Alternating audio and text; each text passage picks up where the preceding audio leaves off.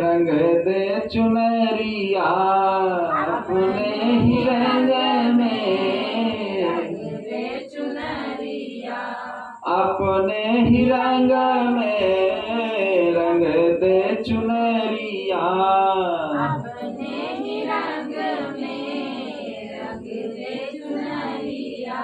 श्याम पिया मोरी रंग दे चुनरिया,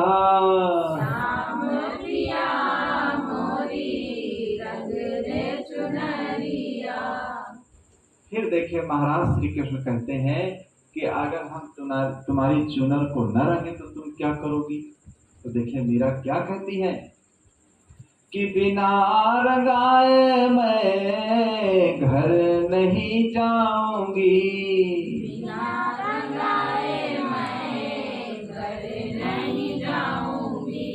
बिना रंगाए मैं घर नहीं जाऊंगी,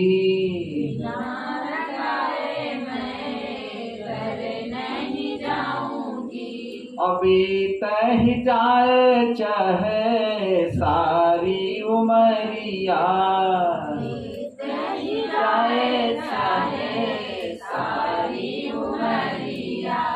बीत ही जाए चाहे सारी उमरिया,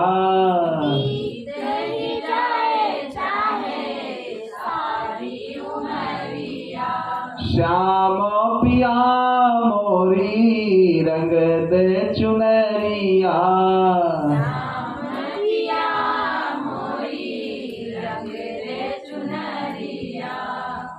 तो जो मैं सा जानती प्रीति किए दुख होए, जो मैं सा जानती प्रीति किए दुख होए, नगर ढिढोरा पीटती प्रीति न करिए कोई, नगर ढिढोरा पीटती प्रीति न करिए कोई, जल से पतला कौन है कौन भूमि से भारी, जल से पतला कौन है कौन भूमि से भारी, कौन अग्नि से तेज है कौन कौन अग्नि से तेज है कौन काजल से कारी।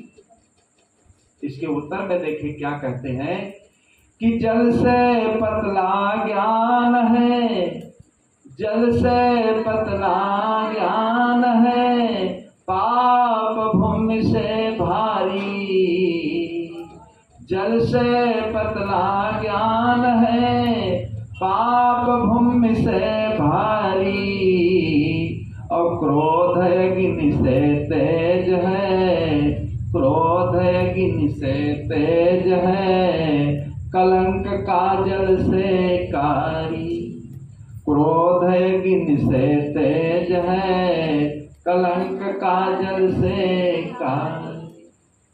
जल से पतला क्या है दोस्तों? ज्ञान। और पाप भूमि से भारी, अगर कोई पाप तुमने जीवन में किया है तो पृथ्वी से भी बड़ा, पाप भूमि से भारी और क्रोध अग्नि से तेज है। अगर अग्नि से कोई तेज कोई चीज है तो देखिए क्रोध होता है। जब तुम्हारे अंदर देखिए क्रोध आ जाता है, व्यक्ति के अंदर देखिए जब क्रोध आ जाता है तो देखिए आग बबूला हो जाता है, जो नहीं करना चाहिए वो कर डालता है। और कलंक काजल से कारी, कलंक का टीका देखिए जीवन में अगर कोई लग जाता है, कोई गलत काम अगर करता है तो काजल से भी काला होता है। काजल की कालिक मिट जाती है लेकिन कलंक का टीका वो मिटने वाला नहीं। कहीं व्यक्ति जाता है फिर भी लोग कहते देखिए इसने ऐसा किया। तो बंधुओं, मीरा ने जो भक्ति किया, सेवरी ने जो भक्ति किया, देखिए ऐसी भक्ति भावना देखिए 9 दिन में हर व्यक्ति को अपने अंदर लाना चाहिए।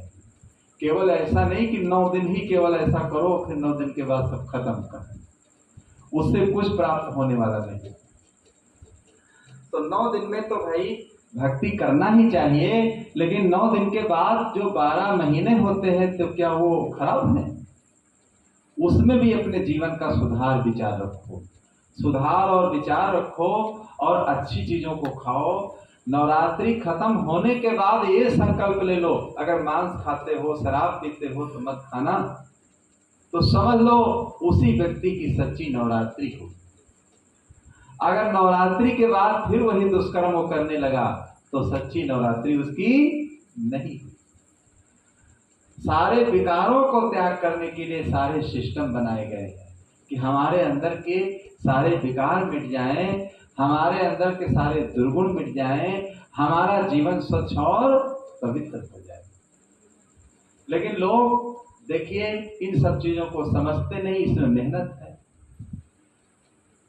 कर्म करने में मेहनत है और कर्म करने से इसी लोग पीछे पछड़ते हैं। अगर अच्छी बात उन्हें बताई जाए तो लेके भागते हैं, और गलत काम अगर बताया जाए तो उसके लिए नहीं भागते हैं। अच्छे काम के लिए किसी को बुलाया जाए तो देखिए बहुत मेहनत करना पड़ता है। पानी को अगर ऊपर ले जाना है तो बहुत मेहनत करना पड़ेगा, बिजली की जरूरत है, मोटर की जरूरत है, तब पानी ये जाएगा। अब हिमालय से गंगा यमुना निकलती है तो कहीं नीचे जब बहती है तो कहीं बिजली की जरूरत थोड़ो है, वो तो ऊपर से पानी आया और बस बहते बहते चला आया, मैदानी क्षेत्र में आ गया। तो ऐसे हम लोगों का जो मन है ऊंचाई की तरफ ले जाने में देखिए मेहनत। कोई भी अच्छा काम अगर कराओगे इस मन से तो देखिए आपको मेहनत करना पड़ेगा, बहुत आप प्रयत्न करोगे तब ये मन आपका मानेगा। और कोई गलत काम करना है उसके लिए कोई मेहनत नहीं, ये तो अपने आप बहता चला जाता है, अपने आप बहता चला जाएगा, अपने आप ये कर लेगा, स्वाभाविक ही, न बुलाना पड़ेगा न बताना पड़ेगा। कहीं गलत काम के लिए कहीं कोई ट्रेनिंग की जाती है, अब ऑटोमेटिक लोग सीख जाते हैं। माता पिता डांटते भी हैं लेकिन फिर भी लोग सीख लेते हैं, फिर भी वो गलत काम करने लगते हैं। तो इसलिए हर मनुष्य का कर्तव्य होता है कि सच्चा व्रत क्या है? तीर्थ वही जो कि पाप से तारत, पाप वही मन मधि विकारा। तीर्थ वही जो कि पाप से तारत, पाप वही मन मधि विकारा। सो सतसंगत तीर्थ सत्य है, नासत दुर्गुण लागन बारा। बरत वही जो बुरे कर्म छोड़े, बरत वही जो बुरे कर्म छोड़े, और बरत सब झूठ पसारा। और पूजा वही जो कि चेतन पूजे, जाप वही गुरु प्रेम नटारा। तो देखिए वही तीर्थ है, वही व्रत वही है जो बुरे कर्म छोड़े, व्रत वही है जो बुरे कर्म सब छोड़ दो, बुरे कर्म करना छोड़ दो, समझ लो उसी का व्रत सच्चा माना जाता है। तो बंधुओं जीवन को अच्छा बनाने के लिए